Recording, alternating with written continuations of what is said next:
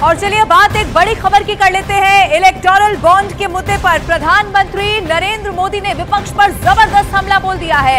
Electoral bond से सिर्फ BJP को फायदा होने के सवाल पर पीएम मोदी ने अब पलटवार कर दिया है। पीएम ने एक इंटरव्यू में कहा कि छापे वाली 16 कंपनियों ने 37% धन बीजेपी को दिया, बाकी का चंदा विपक्षी दलों को दिया गया है। साथ ही पीएम मोदी ने यह भी कहा कि सिर्फ 3% नेताओं पर ही ईडी की कार्रवाई हुई है। अब देखिए इलेक्टोरल बॉन्ड का भी विशेषता से कैसा झूठ चल रहा है। कुल देश में 3000 कंपनियों ने इलेक्टोरल बॉन्ड दिए, उसमें 3000 में 26 कंपनियां ऐसी हैं जिन पर कार्रवाई की है। ये कहते हैं ना ईडी वीडी टिकना फला, 3000 डोनर है, उसमें सिर्फ 26, और उनमें से 16 कंपनियां ऐसी थी, छापा जब लगा उस समय बॉन्ड खरीदा। कोई जोड़ सकता है इसको, अगर बॉन्ड खरीदा, लोग ये जोड़ रहे हैं, उसकी विशेषता ये है कि ये जो 16 कंपनियों ने बॉन्ड खरीदा उसमें से 37 पैसा अमाउंट बीजेपी को डोनेशन में दिया। 63% बीजेपी के विरोधी पार्टियों को मिली, अगर पूरे जोड़े जाएं तो।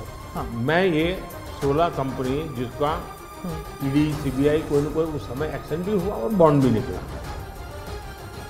37% अमाउंट बीजेपी ने, 63 ऑपोजिशन को। क्या ईडी रेड करे और ऑपोजिशन को डोनेशन देने का कार्यक्रम बंद करे? क्या बीजेपी ऐसा करेगी? इसका मतलब कि 63% पैसा विपक्ष के पास जाए और आप आरोप हम पर लगाए, लेकिन उनको गोलमोल बोलना है और भाग जाना है।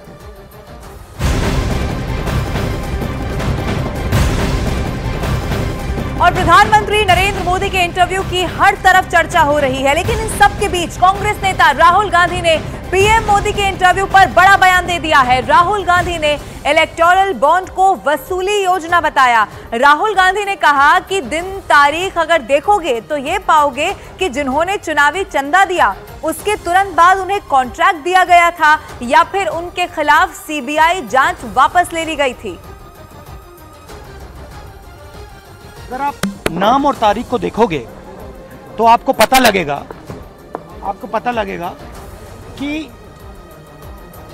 जब उन लोगों ने इलेक्टोरल बॉन्ड दिया है उसी के एकदम बाद उनको या तो कॉन्ट्रैक्ट मिला है या फिर जो सीबीआई का उन पे इंक्वायरी हो रही थी वो हटाई गई है। तो ये प्रधानमंत्री पकड़े गए हैं, इसीलिए ये एएनआई को इंटरव्यू दे रहे हैं। मैं बता रहा हूं, सुनो, ये पकड़े गए हैं। ये दुनिया का सबसे बड़ा एक्सटॉर्शन स्कीम है और इसके मास्टरमाइंड नरेंद्र मोदी जी हैं। और प्रधानमंत्री नरेंद्र मोदी के इंटरव्यू के बाद से विपक्ष की लगातार प्रतिक्रियाएं सामने आ रही हैं। कांग्रेस नेता गौरव गोगोई ने जहां चुनावी चंदे के मुद्दे पर पीएम मोदी को घेरने की कोशिश की है, तो वहीं गोवा के मुख्यमंत्री ने कहा है कि एक बार फिर से मोदी सरकार सत्ता में आएगी। इलेक्टोरल बॉन्ड दुनिया का सबसे बड़ा स्कैम है। प्रधानमंत्री मोदी जी अपने आप को बचा नहीं सकते।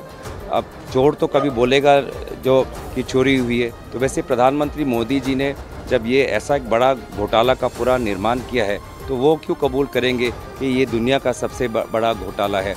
वो तो कहेंगे ही कि सब कुछ ठीक है, सब कुछ अच्छा है, पर जनता पर विश्वास है। माननीय प्रधानमंत्री नरेंद्र मोदी जी विजनरी लीडरशिप है, जो आगे आने वाली 25 साल की सोच उन्होंने सामने रखी है। इसीलिए मैं नवो मतदार और बाकी सबको मतदार को आह्वान करता हूं कि देश के 25 साल के लिए माननीय मोदी जी को इस बार फिर से एक बार यानी वोट दे दो, फिर से एक बार जो अब की बार 400 पार ये नारा सही करो। इसीलिए सब ने इस देश में माननीय मोदी जी को वोट करके पीएम करना जरूरी है। जो आगे 25 साल की फाउंडेशन उन्होंने अभी रखा है वो पूरा करेंगे।